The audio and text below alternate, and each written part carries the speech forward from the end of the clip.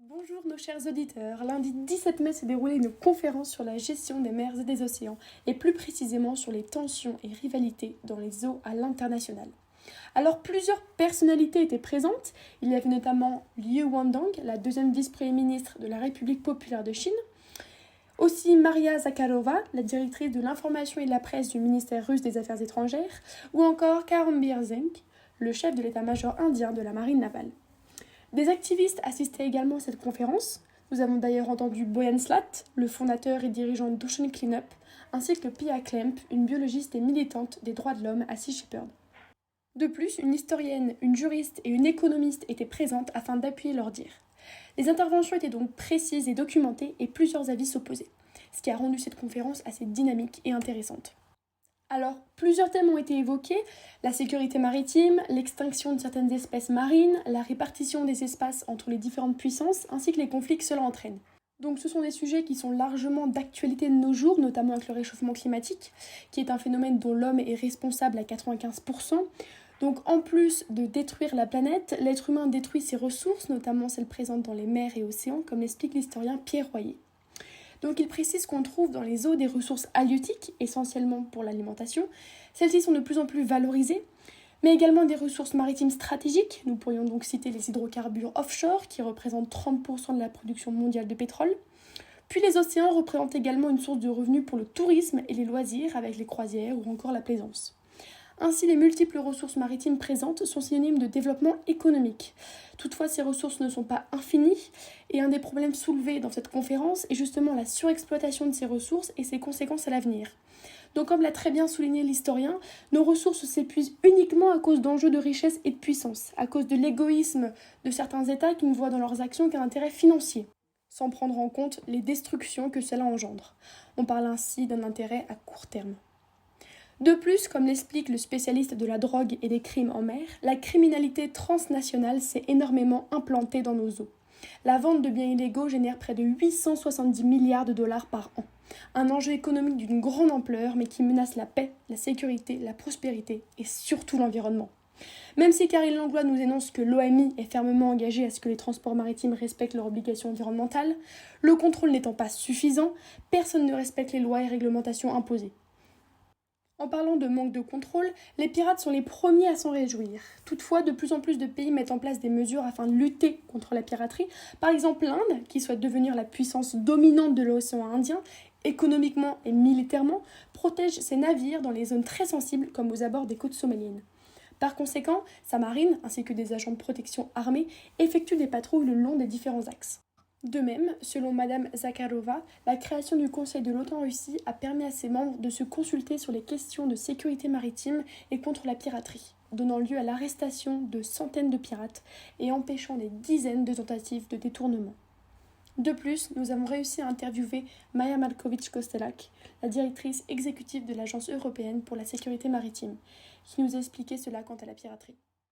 Alors ici à l'AESM, on essaie de renforcer la sûreté des navires et des installations portuaires, en particulier contre la piraterie, les vols à main armée, le terrorisme et la violence maritime. Donc on fournit tout d'abord une assistance technique pour tous les États membres ainsi que les États voisins, des formations spécialisées sur la sécurité des navires ainsi que des ports. On essaie aussi de sensibiliser à la cybersécurité dans tous les modes de transport, maintenant que tout est numérique. Et grâce à ça, on a un système appelé SafeSeaNet qui surveille le trafic maritime. Et donc, c'est une interface graphique qui affiche plusieurs informations sur les cartes maritimes et qui permet de tenir au courant en temps réel les marins. Dans la même mesure, Sea Shepherd continue de pallier au manque de police maritime en intervenant directement en mer. De son côté, Ocean Cleanup alerte sur le danger sur l'humanité que représente la destruction de la biodiversité et essaye par la technologie d'empêcher les plastiques de proliférer dans les océans. Monsieur Slat pousse les producteurs à produire en plus faible quantité et les consommateurs à moins acheter.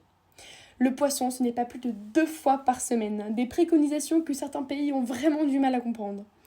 De même, pour le plastique, comme énoncé dans la conférence, son utilisation n'est pas essentielle. Nous pouvons nous en passer. Mis à part la Chine apparemment. Liu Mandong met en avant le fait que la Chine ait basé son économie principalement sur la production plastique, mais que les pollueurs sont davantage les pays d'Occident qui lui envoient 75% de sa production plastique. Elle poursuit en ajoutant que depuis peu de temps, les importations de déchets sont interdites sous peine de sanctions pénales ou économiques. En parlant de sanctions, la Russie bloque depuis quelque temps le commerce maritime de l'Ukraine, ce qui ne plaît pas aux États-Unis, qui ont décidé de la soutenir financièrement et militairement afin de défendre ses eaux territoriales. Les États-Unis prônent la liberté de navigation dans les eaux territoriales, dont la mer Noire fait partie. Monica Medina, la secrétaire adjointe des océans et des affaires environnementales et scientifiques internationales des États-Unis, explique que ces derniers devraient se sentir plutôt libres que menacés par des exercices militaires russes. Toutefois, la Russie, détenant une ZEE, défend son appropriation de ces eaux et donc sa liberté de faire ce qu'elle veut. De plus, la conférence s'intéresse à la route commerciale de l'Arctique, un espace très convoité et difficile à partager du fait de ses importantes ressources. En effet, 13% du pétrole et 30% du gaz naturel se trouvent en Arctique. Cependant, les conditions climatiques rendent difficile l'exploitation de ces ressources. Les États-Unis disent être impliqués du fait de la possession de l'Alaska et accusent la Chine d'exercer trop de pouvoir dans cette zone sans même détenir de ZEE. Madame Yandong justifie cela par des intérêts scientifiques. La Russie, de son côté, revendique un élargissement de sa ZEE dans l'océan glacial arctique et aspire à devenir la puissance principale de l'Arctique pour, je cite, réaffirmer le prestige de la Russie tuée avec la fin de l'URSS en 1991. Néanmoins, Rita Al-Semani, une avocate, précise que la répartition de cette zone polaire est examinée par une commission faisant partie des Nations Unies et qu'il suffit d'apporter des preuves géologiques que le plateau continental continue pour élargir sa ZEE. De plus, cette conférence s'intéresse à l'océan Indien, qui est riche en hydrocarbures, en gaz et en espèces marines, et qui est également au cœur de tensions. La Chine, toujours dans la demi-mesure, souhaiterait se placer en tant que première puissance marine dans cet espace. N'ayant pas ratifié la convention Montego Bay, elle peut malheureusement tout se permettre. D'ailleurs, l'accord de libre-échange RCEP, qui vise à baisser les taxes de 90% hors produits agricoles, permettrait à la Chine une domination économique dans l'océan Indien d'ici quelques années. La Chine aimerait également détenir le golfe arabo-persique afin d'avoir accès au canal de Suez, très intéressant économiquement. En outre, la Chine aimerait également bloquer l'Inde par la route de la soie. Toutefois, Karam Birzink explique qu'une nouvelle route de la soie est en train d'être mise en œuvre afin de créer un axe Asie-Afrique, utile donc pour le commerce indien, dont les Chinois n'auront évidemment pas accès. Si maintenant nous nous tournons vers la mer de Chine méridionale, la Chine revendique encore une fois 80% de cet espace. Ce qui ne plaît évidemment pas aux États-Unis qui prônent, eux, la liberté de circulation. Je vous laisse écouter donc l'interview exclusive de Monica Medina. La mer de Chine méridionale, en fait, c'est une voie navigable stratégique et elle contient aussi des réserves de pétrole et de gaz assez conséquents. Donc en fait, la Chine revendique environ 80% de la mer de Chine méridionale sur le fait qu'en fait, ce soit des eaux historiques.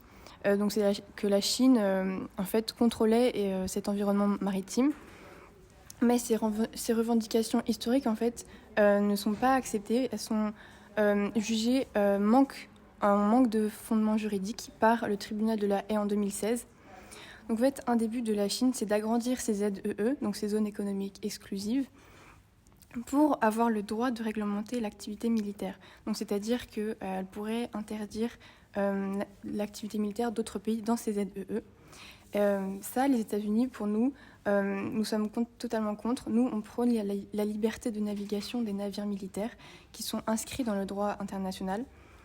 Donc en fait, on défend l'idée d'une région Indo-Pacifique libre et ouverte.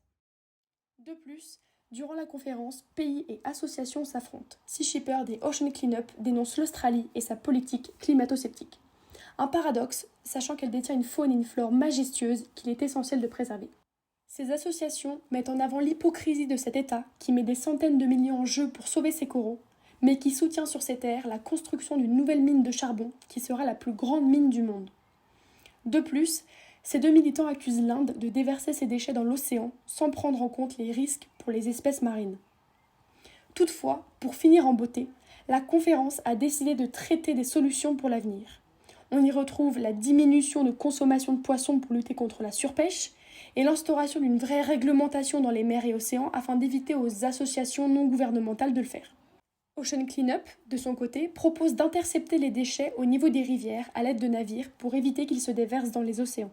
La Russie, quant à elle, suggère des mesures d'assainissement des zones les plus polluées, un projet conjoint avec l'Union européenne qui espère de son côté augmenter sa capacité de production éolienne en mer de l'Europe d'ici 2030, afin d'accroître les investissements dans les énergies renouvelables en mer. Cette conférence sur les mers et les océans témoigne bien de la difficulté des puissances à cohabiter dans les espaces maritimes, et montre que l'intérêt économique est toujours plus fort que celui écologique, malgré l'urgence du problème climatique. Radio Star Berlin. It's Morning Edition von NPR News. La melodie de la La música en la radio. France Inter.